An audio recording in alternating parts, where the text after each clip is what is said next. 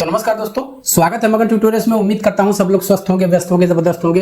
दोस्तों, एक खुशखबरी है और जाहिर सी बात है कि अगर किसी भी केस में, किसी भी राज्य का केस हो, यदि उसमें पॉजिटिव कोई भी फैसला आता है तो उसके आधार पे अन्य राज्यों में भी उसका लाभ उसको मिलेगा।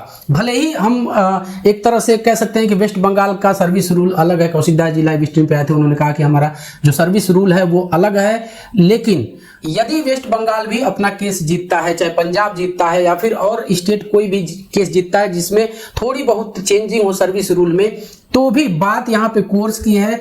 तो जाहिर सी बात है कि इसके आधार पे एक एग्जांपल सेट होगा और उसके आधार पे वो राहत अन्य प्रदेशों के अभ्यर्थी ले सकते हैं।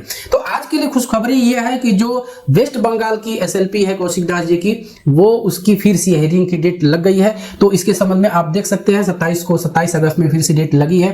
अब एक तरह से हम कहें कि टैग कराया गया था, लेकिन कौशिक दास जी ने फिर प्रयास करके इसकी हियरिंग लगाई है।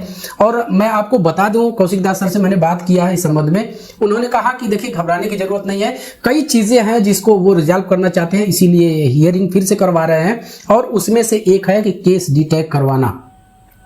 तो केस डिटैग करवाने से आप लोग को कोई दिक्कत नहीं होनी चाहिए और ना घबराने की जरूरत है।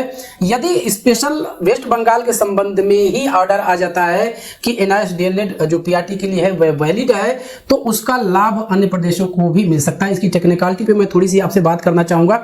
जैसे मान लेते हैं वेस्ट बंगाल का, आप लोग जानते हैं कि सारी प्रोसेस जो है वैकेंसी की वो पूरी हो चुकी है, यहाँ तक इंटरव्यू भी हो चुके हैं।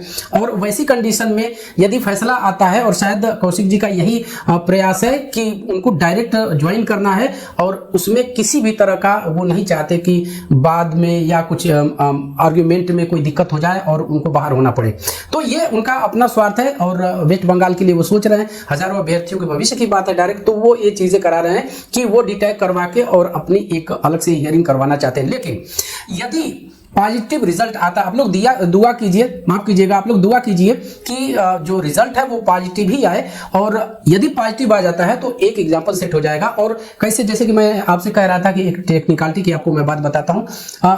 उसका ये है कि मान लीजिए कि वेस्ट बंगाल के परिप्रेक्ष्य में ही निर्णय आ जाता है, तो फिर चाहे वो उत्तराखंड हो, बिहार हो, उत्तर प्रदेश हो, वहां भी सर्विस रूल में मामूली सी चेंजिंग करके और आप अपने आप को शामिल करवा सकते हैं इसी माननीय सुप्रीम कोर्ट के फैसले के आधार पे, जो कि वेस्ट बंगाल के लिए आना है। अगर पॉजिटिव आ जाता है, बस ईश्वर से प्रार्थना यही कीजिए कि वो पॉजिटिव आ जाए और उसी फैसले के आधार पे आप अपने अपने राज्यों के सर्विस रूल को चैलेंज कर सकते हैं और वहां सरकार भी कोर्ट के आदेश से बाध्य होगी। अब वहां भी एक लड़ाई की बात आ जाती है, लेकिन आप शामिल हो जाएंगे जरूर। एक बड़ी क्वेरी आप लोगों की है, आप लोग हमेशा से पूछते रहे हैं कि जो टीआरई 4 है वो जल्दी आने वाला है। हमें भी पता है जल्दी आने वाला है, लेकिन अब यहाँ पे आप पहले तो हम लोग विरोध प्रदर्शन, धरना प्रदर्शन या जो कुछ भी करते हैं, आंदोलन करते हैं, वो इसलिए करते हैं कि वैकेंसी नहीं आ रही है। तो हम इसके लिए करते हैं कि जल्दी से आए। अब जब आने वाली है तो हम क्या कर सकते हैं? लेकिन हाँ, ये कर सकते हैं हम कि जल्दी से जल्दी अपने केस की हियरिंग करवाएं। जैसे कि कौशिक दास जी ने फिर से 27 अगस्त को डेट लगा दिया है, आप खुद भी जाके चेक कर सकते हैं, सारी डिटेल आप देख पा रहे होंगे यहाँ पे। तो जल्दी करने की जरूरत है। और मैं और किसी की बातें नहीं करूंगा, मैं सिर्फ यही कह रहा हूं कि केस की हियरिंग जल्दी से आप करवाइए। और इतना ज्यादा प्लान बनाने और में और इस तरह की चीजों में अब कोई फंड की भी जरूरत मैं समझता हूं कि नहीं है।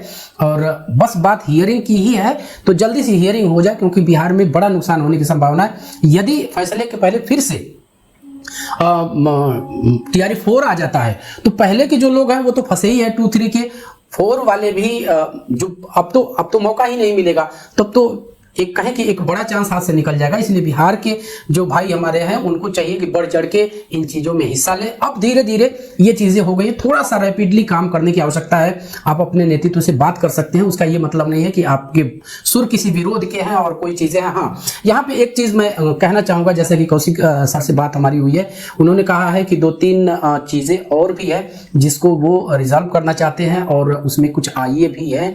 तो उस संबंध में भी वो सारी चीजें करने के लिए जो ये 27 अगस्त की हियरिंग है, उन्होंने शेड्यूल उनके प्रयासों से हुआ है।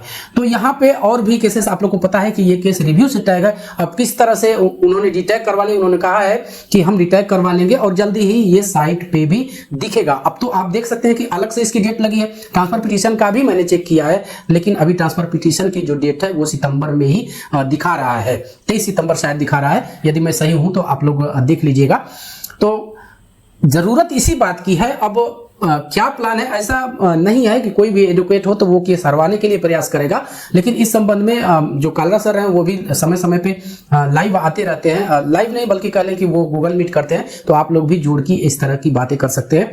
बाकी एक चीजें जो कही जा रही हैं कि रिव्यू यदि जीतते हैं रिव्यू में तो उससे सारे राज्यों को फायदा होगा, तो आपको पता होना चाहिए। ये भ्रामक बातें हैं और मेरी बातों के लिए तमाम लोग विरोध भी अब करेंगे। देखिए, ये जो उत्तराखंड में वैकेंसी आई थी 2600 पदों पे शायद थी, मैं यदि सही हूं तो आप लोग देख लीजिएगा। ये उसी के रिगार्डिंग है और यदि इसका फैसला आता है तो उसी का लाभ मिलेगा। अब अलग से कोई इसके रिगार्डिंग, जैसे कि मैं आपसे कह रहा हूं कि वेस्ट बंगाल का केस का यदि पॉजिटिव निर्णय आ जाता है तो आपको डायरेक्ट लाभ उसका नहीं मिलने वाला है। मैं उस संबंध में भी कह रहा हूं, उसका डायरेक्ट लाभ नहीं मिलेगा, लेकिन आप जल्दी उसका लाभ ले सकते हैं। कोई अलग से अपना कोर्ट में, अपने राज्यों के हाई कोर्ट में आप अलग से केस दायर करके और सर्विस रूल को चैलेंज करके इस तरह की चीजें करके आप लाभ जल्दी से जल्दी ले सकते हैं। देखिए, सुनवाइयां होती हैं और बहुत सारी चीजें कही जाती हैं। आप लोग की भी एक क्वेरी रही है पप्पू सर के बारे में कि TRE-3 के लिए उन्होंने पैसा लिया और केस ही नहीं किया। तो केस उन्होंने किया था और सारी चीजें हमने भी आपको शेयर किया था, क्योंकि हमारा वही काम ही है तो हमने शेयर किया था। लेकिन उन्होंने एक चीज कही थी कि पटना हाई कोर्ट में हियरिंग नहीं हो पा रही है, जजेस की संख्या कम है और भी सारी चीजें हैं, हियरिंग नहीं हो पा रही है। और आपके ही दबाव में आगे उन्होंने जाके वेस्ट बंगाल में रुबैया खातून वाला केस कर दिया और उसकी भी जल्दी से 1-2 दिनों के अंदर ही मैं आपको डिटेल दूंगा और वो SLP भी माननीय सुप्रीम कोर्ट पहुंचने वाली है। तो अब जो चीजें हैं वो धीरे धीरे इकट्ठी हो चुकी हैं और अब है फाइनल रिजल्ट का टाइम। अब जब इकट्ठी हो ही गई हैं और रिजल्ट का टाइम आ गया तो हम अपने स्तर से क्या कर सकते हैं। जो नेतृत्व के लोग हैं, चाहे पप्पू सर हो, अन्य लोग हो या फिर कौशिक दास हो, जो भी हो, जाहिर सी बात है NIOS के हैं तो वो अपनी तरफ से गलत प्रयास तो नहीं करेंगे, क्योंकि इसमें उनका डायरेक्ट नुकसान है। हाँ, जल्दबाजी के लिए हमारा काम है कहना कि आप जल्दी कीजिए, क्योंकि TRE-4 भी आने वाला है, तो ये आपको ज्यादा सोचने का समय नहीं है। ये चीजें मैं सबके लिए कह रहा हूं, कोई भी हो, पूरे देश के जो नेता हैं हम कह सकते हैं कि उनके लिए कि आप केस की हियरिंग जितना जल्दी हो सके आप करवाइए, क्योंकि अब धीरे धीरे वैकेंसियां आ रही हैं। आप उत्तर प्रदेश में जानते हैं कि 69,000 वाला मामला फंस गया है और बहुत संभावना ऐसी जताई जा रही है कि जो जनरल कैटेगरी के अभ्यर्थी हैं उनकी नौकरी बचाने के लिए वेटेज के साथ कोई वैकेंसी का ऐलान उत्तर प्रदेश सरकार कर सकती है, क्योंकि उनकी नौकरी जा रही है। ओवरलैपिंग सही से नहीं हुई थी अकॉर्डिंग टू हाई कोर्ट। तो अब जब ओवरलैपिंग नहीं हुई है, जब ओवरलैपिंग होगी ठीक तरह से, तो जो रिजर्व कैटेगरी के कैंडिडेट घुसेंगे जनरल में अपने मेरिट के आधार पे, तो जाहिर सी बात है कि वहां से जनरल कैंडिडेट बाहर होगा, उसकी नौकरी जाएगी।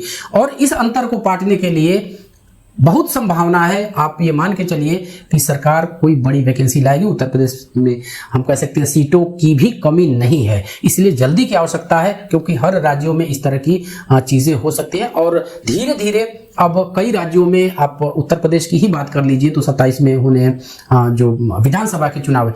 तो ये चीजें ध्यान में रखिए, आप लोग को जल्दी से जल्दी ये चीजें, जब चुनाव का माहौल आता है चाहे किसी भी राज्य में हो, तो नेताओं को युवाओं के रोजगार की चिंता होती है, उसी समय होती है। तो जाहिर सी बात है धड़ल्ले से वैकेंसी आएंगी, TRE-4 की बात हो ही रही है, तो इसलिए मैं कह रहा हूं कि थोड़ी सी जल्दबाजी करने की है। कौशिक दास जी स्पीड में हम कह सकते हैं, उन्होंने केस की हियरिंग फिर से एक बार लगवा दी है। तो बस दोस्तों, यही था आज की वीडियो में। उम्मीद करते हैं कि आपको वीडियो पसंद आई होगी। चलते चलते वही रिक्वेस्ट दोस्तों, कृपया चैनल को लाइक शेयर और सब्सक्राइब जरूर कीजिए दोस्तों। जब आप ऐसा करते हैं तो हमें एक मोटिवेशन जरूर मिलता है। मिलते हैं अगली वीडियो में, तब तक के लिए नमस्कार।